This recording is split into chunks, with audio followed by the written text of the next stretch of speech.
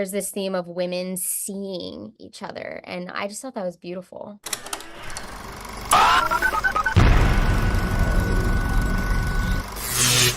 Hi, Carlson. I'm Kristen Maldonado from Pop Culture Planet. I actually spoke with you for your feature directorial debut with The Blazing World, so I'm so excited to talk with you for this one as well. Nice to see you again. Now, I gotta start there.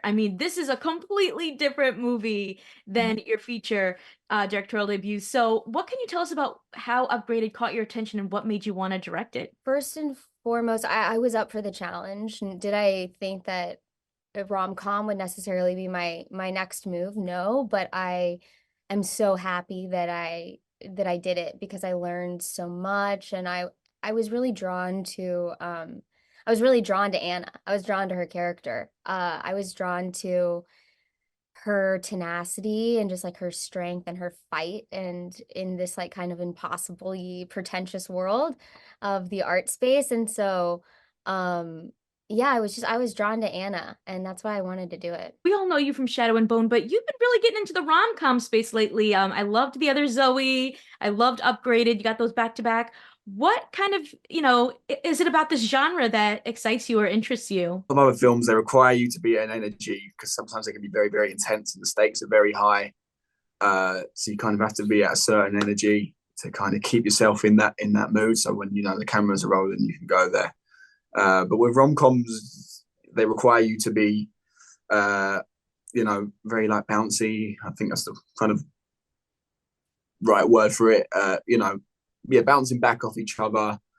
A bit giddy and like a bit silly at times. But that's yeah, just being able to be at that energy throughout the film was quite nice. Camila Mendes has called you an actress director. I know that you're a director that's very purposeful, like creating energy maps and things like that when you're working on your process. So I was wondering, how that kind of came into play when you're directing this cast. I did energy maps with this one as well. I feel like I spoke to you about this with Blazing World, but I do it with every character has their own, and then just a story energy map. And so I did the same with this one. And like my process is as a director is just to prepare and prepare and prepare and then throw it all to the wind, hopefully, by the time you get to set. And I found that with this one, it was, it wasn't 30 people in a quarantine camp anymore like it was with Blazing World. So it's almost like I had to put that process up on its feet. Mhm. So it's kind of like I started the groundwork for it on Blazing World, but Upgraded was really about communicating that energy map with other actors, which is another piece of the puzzle. Yeah. It kind of really felt pretty natural. Like with Cammy, I think I always do when I'm uncomfortable, I'll kind of go a bit silly and start having a few jokes and stuff and a few laughs, and that kind of helps like break down barriers initially, and it kind of puts me at a place of comfort. I'm assuming it did the same thing for Cammy, and even with Carlson, we kept it light and fun, and it got everyone comfortable, and that's when like I just think the kind of best environment to work in is when everyone's like comfortable with each other. You can talk about ideas, and there's no scrutiny. But if you come up with a bit of a weird idea, it's all good. It's all there. Did you have a favorite scene to film? Yeah, I really enjoyed the football scene with the kids. The kids are really funny.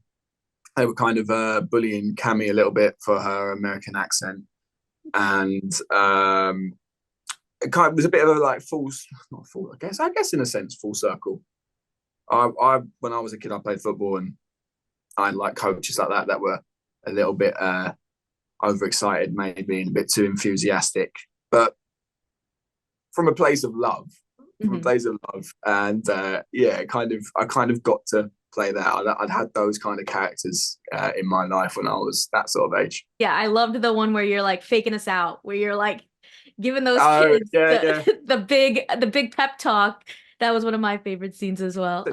I'd had some, yeah, at that age, I'd had some managers that were taking it very, very seriously. And looking back, it is really funny. At the time, it was great. I really, I know, it's good. having people like that take it that seriously. I love that there are these like classic rom-com tropes, but they're given this contemporary spin, and that you're really like having women supporting each other in this. What can you tell us about that kind of journey for Anna? I felt like the romance between Anna and Will was just in there, and I think Archie and Cammy had just like such rich and natural chemistry that I didn't need to do anything with that. But for me, the story was always about the three women. It was about Catherine and Claire and Anna, and it felt like this trinity of women, and I worked really kind of tirelessly to like keep that the beating heart of the film, because I think that to me resonated the deepest. And so, yeah, just I mean, the way that Catherine is so generous with Anna and playful with her, like it could make me cry thinking about it, because it's like such a beautiful aspect of, I think, being a woman and having like an older woman looking out for you. And then with Marissa's character Claire, she's a woman who's all about respect.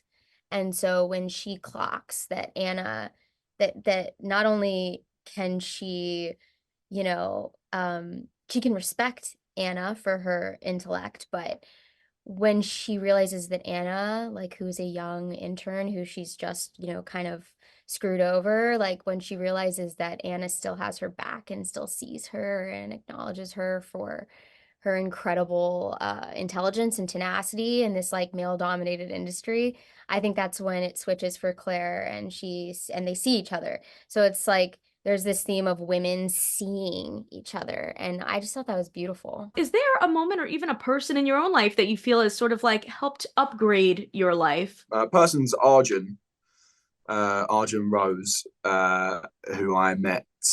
I didn't know how to get into acting, and I just Googled how to be an actor, how to get into acting. I did it in school and I really enjoyed it.